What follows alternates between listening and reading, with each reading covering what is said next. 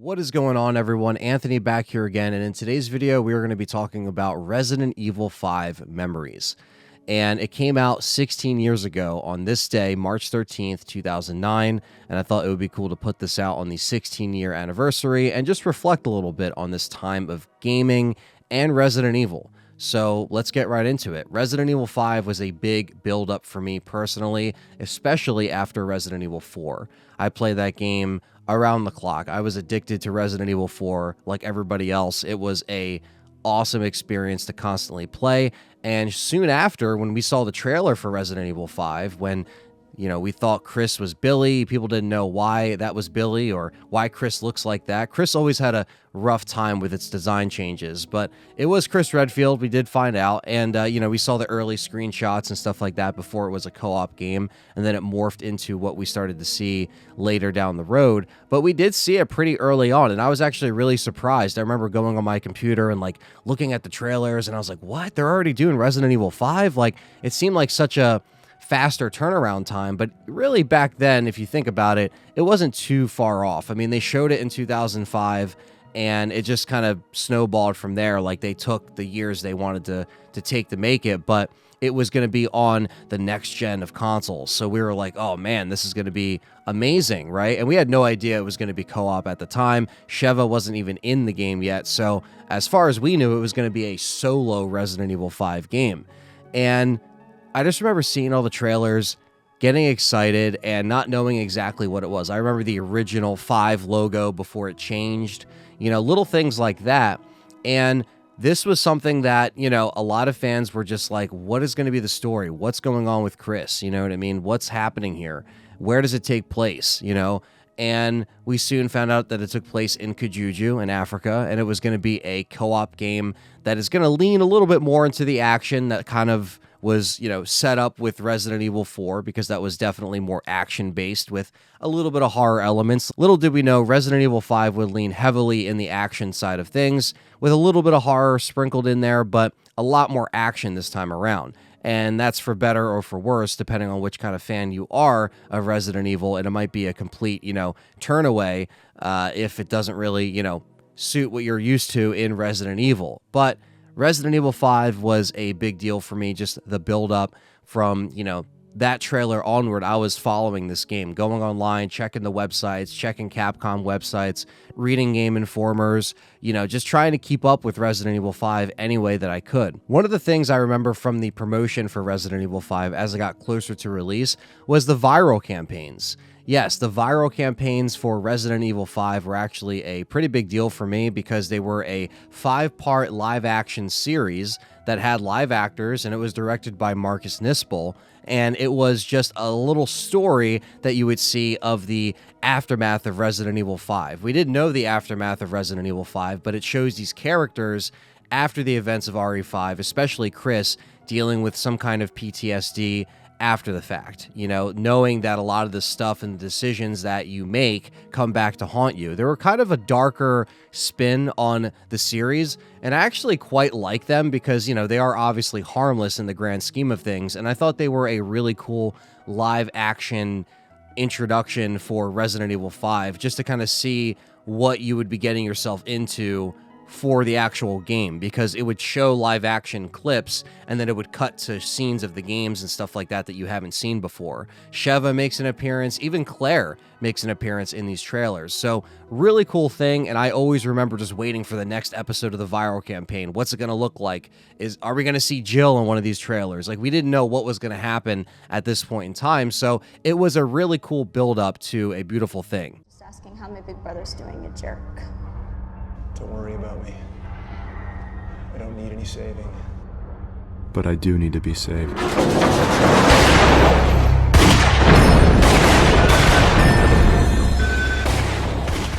I remember the demo for Resident Evil 5 being a huge thing. It was a co-op demo, and it was released in Japan first on December 5th of 2008. So Japan got the demo first. They also got the game first. I remember me and my friend Kyle, shout out to him, we were trying to burn it to a DVD to play it. And I remember we just kept trying. We kept trying to burn it. You know, he had a laptop with a burner drive, and we were trying to burn it, and it wasn't working. And, you know, we tried. It just wasn't working. And then eventually I made a Japanese account just to play the Biohazard 5 demo at the time. And when the demo finally came out in the States on January 29th, it was a big deal. I jumped right into it. I remember coming home from school, playing it with all my friends over and over and over again, the 2 chapters, and just taking it all in. It looked phenomenal on the Xbox 360. It looked phenomenal on the PS3. This generation of Resident Evil was the first time we ever got Resident Evil on Xbox. And Xbox Live was in its heyday, was at its peak at this point. And it was amazing to see this game with its graphics. Even though it was a, you know, lighter game in the daytime and stuff like that, it really shined through with how much effort they put into these graphics in this engine. And even to this day, even though the frame rate doesn't, you know, look up to snuff on a 360, right, compared to the frame rate we're used to nowadays, it still looks good on a 360 to this day. And the 360 demo actually dropped first before the PS3 demo, and the PS3 demo would come out on February 2nd. So this is the first time where Capcom was actually playing nice with Xbox, and the first time a Resident Evil game was ever on an Xbox console at this point. So it was a big deal, especially for someone like me and all my friends that were all on Xbox Live. You know, kids today don't know how well they have it where, you know, games are cross-play and you can play it on every, you know, console and you can still play with your friends. That's cool. That's still a great feature that I wish was around back in the day. But back then, you had to have 360 to play with 360 people and vice versa. So all my friends were on 360, and that's where we all went to play. So it was a pretty big deal for Resident Evil fans to be playing it on an Xbox. It kind of felt weird to be playing on an Xbox at that point because we're like, oh man, is this like actually happening? And then it worked well. It felt great on the controller. It felt great with the co-op. The connection was smooth. And Xbox Live Gold was a thing you had to have back then. So it was a essential for having a 360 at the time. And the build-up for Resident Evil 5, again, was a big thing for me because I was saving up money for years before I actually saved up money for Resident Evil 5. I didn't know what edition I was going to get. I just knew I was going to get the best edition. And I just saved and saved. And, you know, I wasn't working back then, obviously. I was a lot younger than some of you guys and gals out there. But I was saving up money from Christmas, holidays, and birthdays, and just like putting everything aside because I was like, okay, this money's for Gears of War 2. This money's for Resident Evil 5. You know, it was such a great era, especially of midnight launches between 2007 and 2009, 2010. The midnight launch era was just amazing. You know, this is when you actually had to physically go and get the game. You couldn't just, you know, install it from a store like you can now in 2025. So it was a big deal for me to, you know, make sure there was a pre-order down at my local GameStop and to make sure that I was definitely going in with all the money secured so I can get the collector's edition. And that's what I have right here is the collector's edition, the same collector's edition I picked up in 2009. And I think it was around like $75 to $80, maybe around $90. You know, I forget the actual MSRP retail price. But I saved up enough money. Like I knew I had it, right? Like that was the big thing. I was like, this is an event. I have to do this. So the midnight launch would have taken place on March 12th of 2009. And this was back when my dad would drive us there and me and my brother were there, and it was just like a big event, right? Like the line was wrapped up around the building. Unfortunately, this GameStop recently closed for good. It's no longer there anymore. And it was my childhood GameStop. Say what you want about GameStop now. I know they've fallen way off. They're closing a bunch of stores now. But back then, they were still a little shady. They weren't like the best game company to buy stuff from. But that's where we went because that was our local place of picking up a game. We could have, you know, driven 25 minutes to a mall, but that's 25 minutes away versus like 10 minutes away. You know what I mean? So it was the balance of like it was the closest game store, and it's where everybody would go for a midnight launch. And that was a big deal. Like I said, seeing the line of people lined up for Resident Evil 5. It was very similar to how I felt with, you know, Gears of War 2, where it was just lines of people ready for Gears of War 2. And that was on November 6th into 7th, 2008. And then you figured this was, you know, 2009. So not too far off. I think that was my order of midnight launches. I went to Gears of War 2, and then I went right into Resident Evil 5. So it was a really big deal for me in gaming these few months of just playing these amazing sequels, in my opinion. So let's dive into what's inside the collector's edition. So you got the Tri-Cell bag, you got the Chris Redfield figure, you got the Kajuju necklace, and the BSAA patch, and of course, it says the manual is even on here, which is funny that they even put that on there. I actually have the BSAA patch right behind me, this little guy right here. But let's open this thing up. I know a lot of people have seen this before, but you know, we're just gonna show it off here. We have the Kajuju necklace right here, which I don't know why anybody would want to wear that, but you have it. Like I said, the patch. We have the Chris Redfield figure, which unfortunately the top of his gun fell off because my old cat Midnight, shout out to Midnight, he knocked this off of my TV stand a little bit, and it chipped the gun, but it's fine because cats like to be in high places, so that's just the way it is. We have the cell, which actually looks pretty cool. It's got a little image of the Maginis behind a fence, and then Chris and Sheva there, and it's the limited edition cell. RE4 had a similar cell like that in their special edition as well. We have the Tri-Cell bag, which I'm not going to unravel the full thing, but yeah, Tri-Cell bag. And we have the Steelbook, which I love the Steelbook. And this is a this is the era of the behind-the-scenes discs that would be on the special edition. Gears 2 had the same kind of thing, where the second disc was like kind of like behind-the-scenes making of, and then obviously the game itself. And then you had your manual in here. And then you had these 48-hour cards that would always come with the games back then. In case you had a buddy that didn't have gold and you wanted to play for the weekend, you would use these codes. And mine is used, obviously, but I still kept it. And then Dark Void, an advertisement for that. So, and I think on the back of the manual, they actually advertised G-Generation and then the movie trilogy, the DVD trilogy at the time. So, very 2009, but very fucking cool. And I still have all my stuff here from my collector's edition that I picked up that night in 2009. And the other one that I picked up for my dad was Resident Evil 5 on the PS3, because he was on the PS3 at the time, so he was really excited to check out the PS3 version. And we also picked up the strategy guide, because, you got to have the strategy guide. This was the era where the strategy guides were still around, and they were still a thing. And funny thing about the strategy guide is it actually showed the versus mode in the back before it was actually even out as an update, because obviously, it originally just wasn't in the game, and then they released an update, and they had survivors arenas and all this shit, and I was like, I remember looking in the menus, I'm like, am I missing something? Where's the versus mode? Little did I know they'd put it out later in April of that year, but I was like, what the hell is versus mode? Why is there, PvP in here? It still kind of blows my mind they even did that. It was a little clunky, wasn't the highlight of the multiplayer. I think the highlight of the co-op was obviously the campaign, but the Mercenaries co-op was a big deal, and I'll get into that in a second.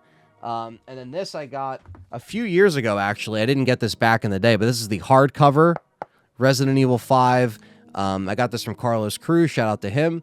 And this comes with the 2009-2010 wall calendar. So there you go. That's a little blast from the past there. And a funny story about even the PS3 version for my dad, because, I came home from the midnight launch, super excited. I stayed home from school the next day on the 13th to play it most of the night, slept a little bit, woke up, and continued to play it to beat it that day. But I was playing it solo, actually, believe it or not. Not a lot of my friends had it right away. If they were getting it, they were getting it that weekend. They couldn't stay home from school. I just have an awesome dad like that was like, yeah, just stay home. So I was able to stay home and beat the game. And, so I was able to kind of like New Game Plus with my friends, go back for all the collectibles and stuff like that. Unfortunately for my dad, this same weekend this came out, my memory of him finally able to, get home from work, sit down on Friday, ready to play it, and he puts the disc in, right? We turn it on, the PS3, put the disc in. The PS3 is only like, 2 years old at that point. Put the disc in, it starts to load, nothing happens. And yes, the PS3 disk drive officially went kaput. This was a big problem back in the day, along with the yellow light. And yeah, we had our red rings on the 360 side of things, but there was also problems with the PS3. So that's $600, $650 that essentially is down the tubes. Sony wanted close to like $250 to $300 just to fix it. And at that point, my dad was like, I'll just wait. The price came down a little bit on the PS3, and he got another machine. Perry would later hack that machine, so shout out to Perry. But yeah, essentially at the time, the machine was pretty much useless, and he couldn't play RE5 until he got another PS3. That's a memory that I have right on that weekend. And I was like, are you serious? You know, like, is it really broken already? Yeah, the Blu-ray drive was bad, but eventually it was all replaced and stuff like that, and Perry really helped out for that. So that was awesome. But yeah, so Resident Evil 5, once I was able to play it, it really just blew away my, you know, expectations. I mean, I had expectations, but I was just so surprised with how well the co-op would actually work. I mean, I played the co-op on the demo and stuff like that, but it really worked wonders. I didn't have too much problems with the Sheva AI my first playthrough. Little did I know when you would get into the harder playthroughs, the AI would become so annoying, and like the co-op would be how you would want to play the game. And that's the biggest thing, is that like the co-op experiences I had with my friends at the time, like I played it with everybody, and that's the biggest thing that I always remember fondly, is playing through everybody's campaigns with them, you know, bringing up my weapons with them into the playthrough, unlocking everything, playing mercenaries, getting double S pluses or double S's on the maps and stuff like that. That's just part of the journey for Resident Evil 5 for me that I loved, was just constantly playing it, completing it, even playing the versus mode, which wasn't really that fun, but I remember playing that as well. And just the different, like, just how many different people I played this with along the 360 version and the PS3 version. It's actually kind of nuts, because it really was like my top played game on the 360, right next to Gears of War 1, Gears of War 2, Halo 3, Halo ODST. Like, this was up there, if not the most played game. It was just so many hours of co-op. So the co-op itself led to a lot of good memories, a lot of good times, playing it on Professional, getting pissed off. You know, I remember playing with a random guy on Professional, and he was getting so mad at the Jill battlesuit fight, because that is a tough fight on Professional, that whole Wesker section. And he was just like, when I'm done this game, I'm trading it in. Like, he was getting so mad. And I was just like, all right, man, that's cool, but let's just try to get through this. It was just so funny. But yeah, there was just so much nostalgia that I have with this game. And like I said, the graphics were great. And it was just a fun experience to finally be playing Resident Evil on an Xbox console, and to be playing it online on Xbox Live. And, you know, I just remember finally finishing the game shortly after like I said, that release, and then just beating it over and over and over again. I don't even know how many times I've actually finished it, since there isn't like a typewriter save in this game. It is a little bit different, where it has just like saves or chapter select, but it was a lot. And, you know, the versus mode, like I said, that was like an update where I was like, okay. And then less than a year later, we actually got Lost in Nightmares. And you guys know all the memories I have with the Gold Edition era of Resident Evil 5, because that's what started this channel here. You know, I wish I still had my footage of the midnight launch. I actually did record my experience and unboxed it and everything, but it was on my old Resident Evil channel that got suspended right before the Gold Edition actually came out. And back then I was, you know, a dummy and just didn't back up any of my stuff, so I never really backed up that footage. But I actually posted a whole midnight launch video on my old channel for Resident Evil 5. I wish I had it, because all I have is my memories now. But, you know, at the end of the day, it's all good. It all happens for a reason, and this channel started off of that DLC for Resident Evil 5, so I do have fond memories with that by itself. Lost in Nightmares, Desperate Escape, and by 2010, I got all the achievements and completed the game. So, you know, even though I like Lost in Nightmares a little bit more than Desperate Escape, it was a nice little wrap-up on this era of Resident Evil 5. But even the DLCs I would play over and over again, and I would play with friends, and we would play Mercenaries Reunion with everybody and have all the characters unlocked. Like, there was a lot of great content with this game in this era of, like, the DLC era of content. And let's not forget, there was also the Resident Evil 5 Xbox 360, which I didn't get at the time. I did a whole video on this as well. You can check it out right here on the link. But this is Resident Evil 5 red console. No actual like crazy design, but this does have the 120 gigabyte hard drive, which at the time was probably the biggest hard drive for a 360, as opposed to your 12 gigabyte default drives that a lot of people started out with. So I'm going to do, a little video on this console again that you might see the same week of this video coming out. But yeah, so there was also the Resident Evil 5 console. I remember people actually getting it when I was picking up the game. I remember the GameStop guy like carrying it, and he had it behind the counter for people that pre-ordered it. So imagine that, just getting your 360 and the first game you're popping in is Resident Evil 5. That's an awesome feeling, especially because I like this red that they went with. Even though it's not a unique console like logo etched in or anything like that, but like there wasn't any other console or 360 console that kind of emulated this until like later, when you had, different red consoles with different designs and stuff like that. Especially on the Slim, you had a lot of different Slim Xbox 360 Slim designs. So that would be later in 2010 though. So this was kind of like the last era of these consoles, or this version of the 360 before the Slim that had some kind of special edition console, because by 2010, summer of 2010, we got the Slim announcement and the rest is history. Everything went to the Slim and it was all, red ring proofed and stuff like that. But, there could still be errors with the Slim, don't get me wrong, but it was nowhere near as the high as the failure rate on the other 360s. But this one is actually really good, and this 360 actually still works, believe it or not. So, yeah, so really cool memories with that. And, yeah, Resident Evil 5 was just it's just a whirlwind of nostalgia when I think about it now. And this era of gaming really doesn't exist anymore. And we didn't know how good we had it, honestly. I mean, nowadays you have, no midnight launches, and everybody could just sit home and just download it immediately. So that's gone.